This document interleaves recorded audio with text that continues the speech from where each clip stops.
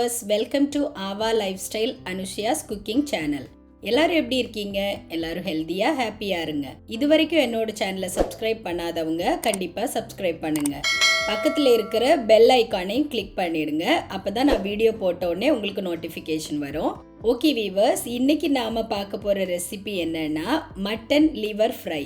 இப்போ இதுக்கு தேவையான இன்கிரீடியன்ட்ஸ் என்னென்ன, இது எப்படி செய்யறதுன்னு பார்க்கலாம். 300 கிராம் லிவர் எடுத்திருக்கேன். அதை நல்லா க்ளீன் பண்ணி கியூபாக கட் பண்ணி வச்சுருக்கேன். இப்போ நாம் அதை குக் பண்ண போகிறோம். அதுக்காக ஒரு குக்கர் எடுத்திருக்கேன். அதில் நாம் க்ளீன் பண்ண எல்லா லிவரையும் சேர்த்துக்கலாம்.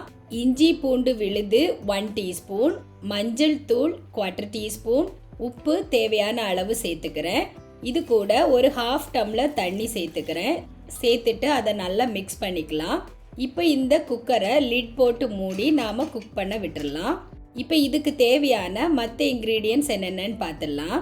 பூண்டு 5 பல்லு, இஞ்சி ஒரு சின்ன பீஸ், இந்த ரெண்டையும் சின்னதாக கட் பண்ணி வச்சுருக்கேன்.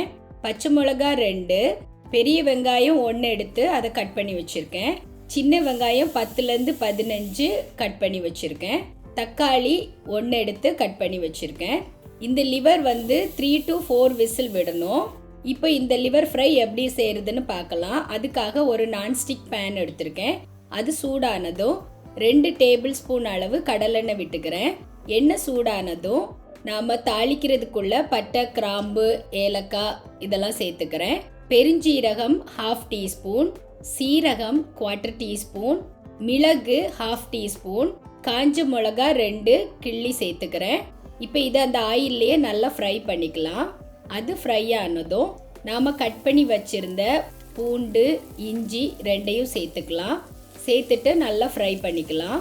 இப்போ அது நல்லா ஃப்ரை ஆயிடுச்சு. இந்த டைமில் நாம் கட் பண்ணி வச்சுருந்த சின்ன வெங்காயம், பெரிய வெங்காயம், பச்சை மிளகா இதெல்லாத்தையும் சேர்த்துக்கலாம். சேர்த்துட்டு அதை நல்லா வதக்கிக்கலாம். அந்த வெங்காயம் டிரான்ஸ்பரண்ட் கலர் ஆறுது வரைக்கும் நல்லா வதக்கிக்கலாம். இப்போ அது நல்லா வதங்கிடுச்சு. இந்த டைமில் கட் பண்ண தக்காளி சேர்த்துக்கிறேன். சேர்த்துட்டு நல்லா வதக்கிக்கலாம். இது ரெண்டும் சீக்கிரம் வதங்கிறதுக்காக கொஞ்சமாக உப்பு சேர்த்துக்கிறேன். சேர்த்துட்டு இதை நல்லா மிக்ஸ் பண்ணி விட்டுடலாம். இப்போ ஒரு மூடி போட்டு அதை ஒரு 1 to 2 மினிட்ஸ் அப்படியே விட்டுடலாம். இந்த டைமில் பாருங்கள், லிவர் நல்லா குக் ஆகிடுச்சு. இப்போது மூடியை எடுத்துட்டு நாம் இதை நல்லா மிக்ஸ் பண்ணி விட்டுடலாம். இந்த டைமில் மசாலா சேர்த்துக்கலாம். மஞ்சள் தூள் 1/4 டீஸ்பூன், மிளகாய்த்தூள் 1 டீஸ்பூன், மல்லித்தூள் 1 டீஸ்பூன், மிளகுத்தூள் 1/2 டீஸ்பூன், பெருஞ்சீரகத்தூள் 1/4 டீஸ்பூன், சீரகத்தூள் 1/4 டீஸ்பூன், காஷ்மீரி மிளகாய்த்தூள் 1/2 டீஸ்பூன், கரம் மசாலா 1/2 டீஸ்பூன், உப்பு தேவையான அளவு சேர்த்துக்கிறேன். இப்போ இந்த மசாலா சேர்த்துட்டு நல்லா வதக்கிக்கலாம். அந்த ஆயில்லையே அந்த மசாலாவோட பச்சை வாசனை போகணும். இப்போ பாருங்கள், இது நல்லா வதங்கிடுச்சு. இப்போ நாம் குக் பண்ண அந்த லிவரை சேர்த்துக்கலாம். அந்த தண்ணியோடே நாம் சேர்த்துக்கலாம். இதை நல்லா மிக்ஸ் பண்ணி விட்டுடலாம். இப்போ இதை ஒரு மூடி போட்டு சிம்மிலேயே ஒரு 2 to 3 மினிட்ஸ் குக் பண்ண விட்டுடலாம். இப்போ பாருங்கள், அந்த தண்ணி எல்லாம் நல்லா வத்திடுச்சு. அந்த லிவர் கூட மசாலா நல்லா கோட் ஆயிடுச்சு. இப்போ இதை நல்லா மிக்ஸ் பண்ணி விட்டுடலாம். இந்த டைமில் கொஞ்சமாக கருவேப்பிலை சேர்த்துக்கிறேன், மல்லி இலை சேர்த்துக்கிறேன். இதை நல்லா மிக்ஸ் பண்ணி விட்டுட்டு இன்னொரு 1 மினிட் அதை அப்படியே குக் பண்ண விட்டுடலாம். இப்போ பாருங்கள், இப்போ தான் கரெக்ட் கலர் அந்த கன்சிஸ்டன்சி வந்திருக்கு.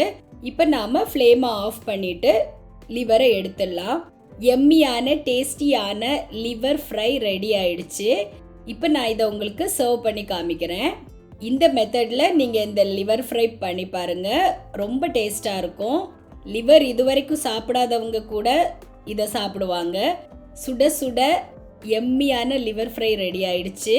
அது மேலே கொஞ்சமாக கருவேப்பிலை போட்டு கார்னிஷ் பண்ணியிருக்கேன்.